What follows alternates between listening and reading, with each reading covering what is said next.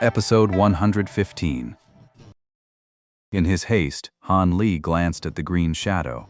It was a straight, chopstick-thin object, entirely green with faint black markings.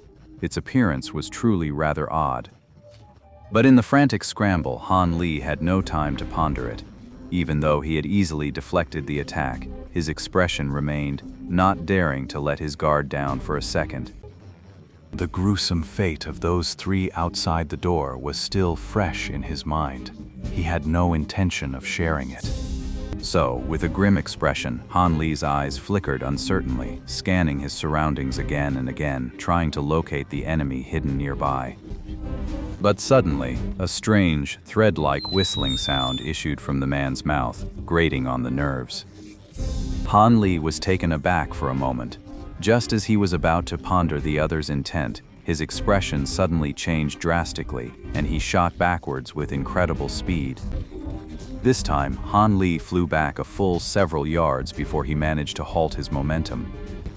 The reason for Han Li's sudden reaction was the two green streaks that had just shot past him. Not far ahead, their bodies suddenly twisted and writhed to life, unfurling a pair of pale green, semi-transparent wings. They were actually two winged flying snakes. Their bodies had been held rigidly taut during their initial attack on Han Li, leading him to mistake them for inanimate objects. With a single, effortless flap of their wings, their bodies snapped around in a perfect 180. Their speed was lightning fast, Han Li's own smoke-shifting steps. How could Han Li not treat this with the utmost caution? The two flying serpents now had twin heads, their four small green eyes gleaming with a bone-chilling cold. Baring their fangs, they coiled into a stance, ready to strike at Han Li once more. You're quick on your feet, kid. But are you really faster than these two Mangshan flying serpents? Just come over here and let my precious snakes take a bite. It'll be over before you know it. The hidden figure was taken aback by Han Li's speed, but his confidence in his flying serpent remained unshaken. Bullshit. Han Li didn't speak those two words aloud. It wasn't that he feared the other party, but because the two strange serpents had already transformed into two streaks of green light and were charging forward, trailing several afterimages. Midway, they suddenly split into two, tracing identical arcs as they closed in from the left and right.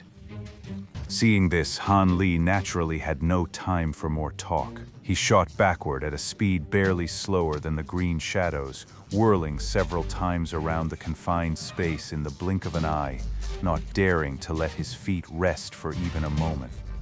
Right now, I'm relying purely on the spirit boots on my feet to sprint. I haven't used smoke-shifting steps or the wind-riding art. After two fierce battles in a row, plus that extreme test run when I first got these boots, my stamina still hasn't recovered. So for now, unless it's a life or death situation, I'm not willing to use the smoke-shifting steps again. It's just too draining. The same goes for the wind control art. With the spirit boots already enhancing my speed, adding the wind control art's acceleration would put too much strain on my body, which is terrible for recovering my stamina.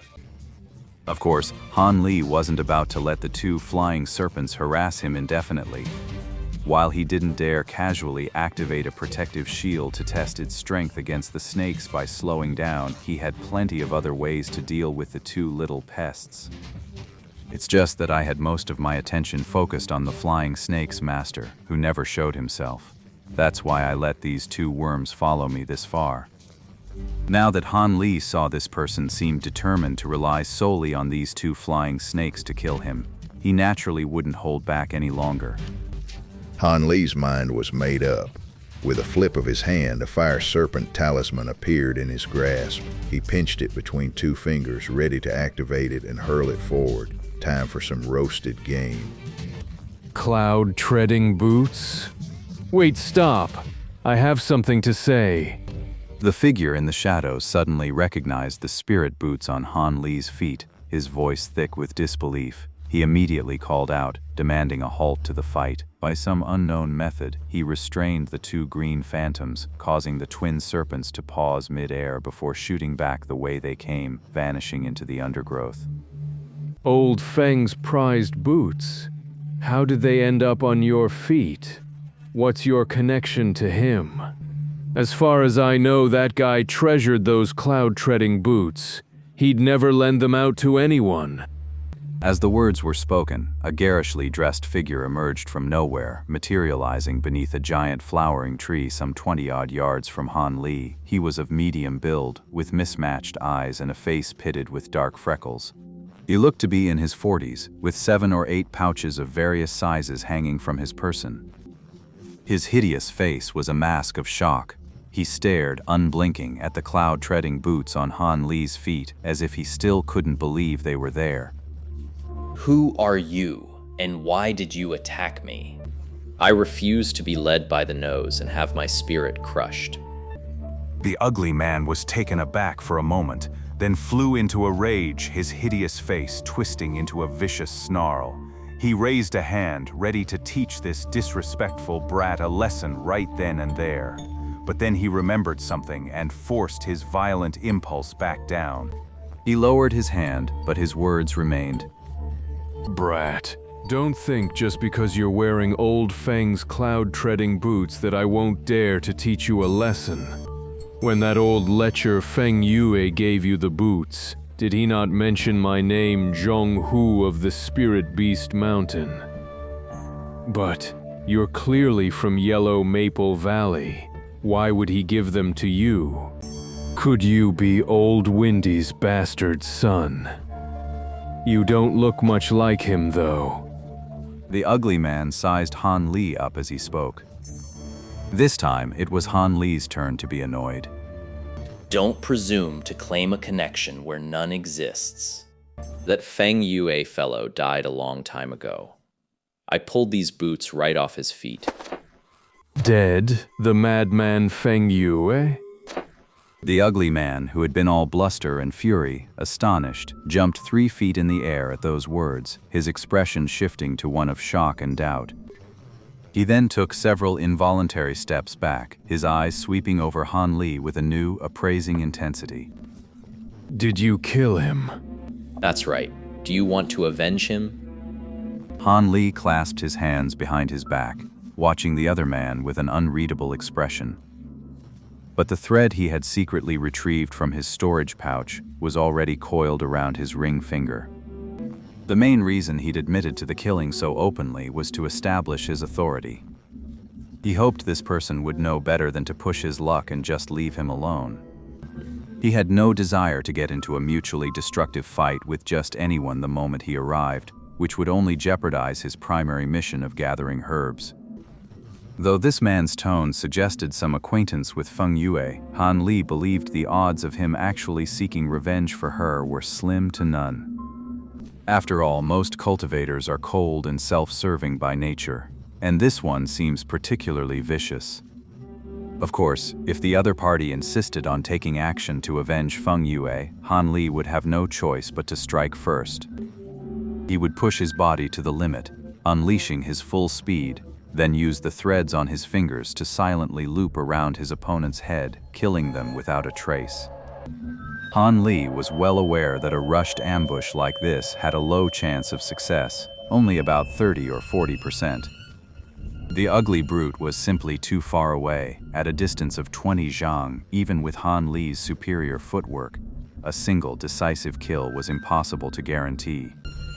And if the other party just casually cast a defensive spell on themselves, his threads would be completely useless. Revenge? Don't be ridiculous. Do I look like someone with that kind of time on my hands? We had some dealings in the past, sure, but nothing deep. Now that he's dead, that connection's gone. Han Li remained silent. He didn't let his guard down, but he did feel a measure of relief. Looks like we won't even need to enter the central zone before a major fight breaks out.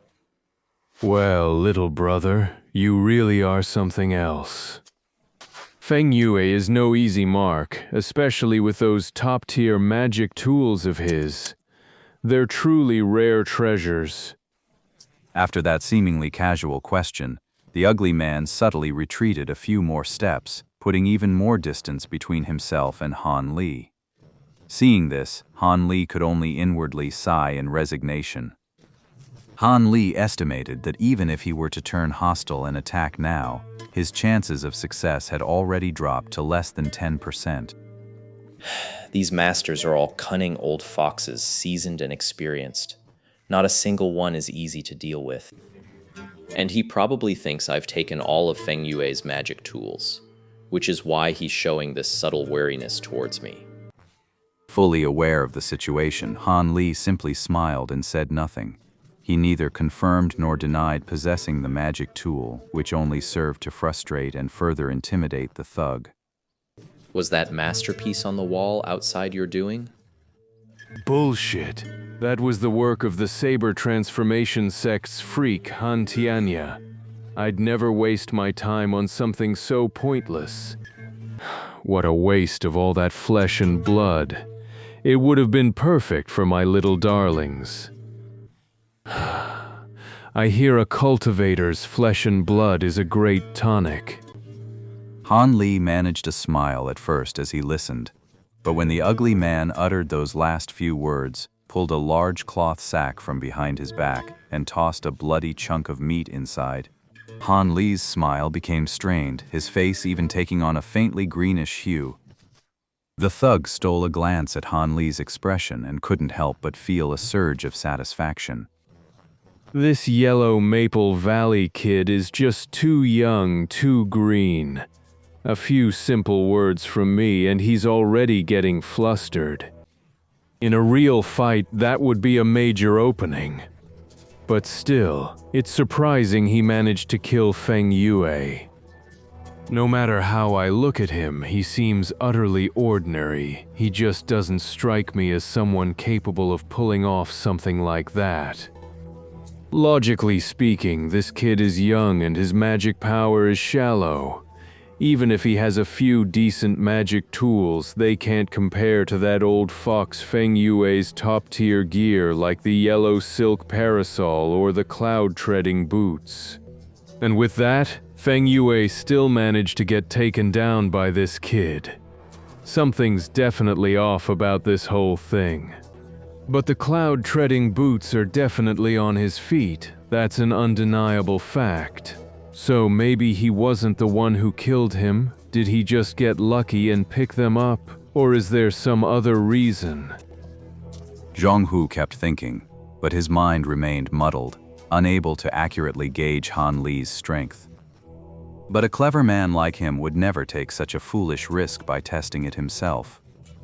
After a moment of fruitless thought, the ugly man stowed the cloth bag away. Oh, right. I haven't even asked for your esteemed name yet. Could you tell this humble Zhong? Yellow Maple Valley, Han Li. Oh, so it's Brother Han. I've never heard your name before, so you must be a new rising star from Yellow Maple Valley, right? So, Brother Han, how much do you know about the Central Zone? I don't know much, but you're far more experienced, Brother Zhang. You must know a great deal more than I do.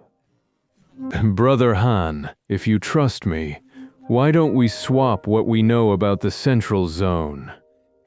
Now, this is something that would benefit us both. While it's strictly forbidden by all sects to exchange materials with other schools without permission, plenty of disciples do it anyway. That works. After we swap, we'll both benefit a great deal. Ha, excellent. I knew Brother Han wasn't the type to dither. Come, let's input the data into the jade slips and then swap them.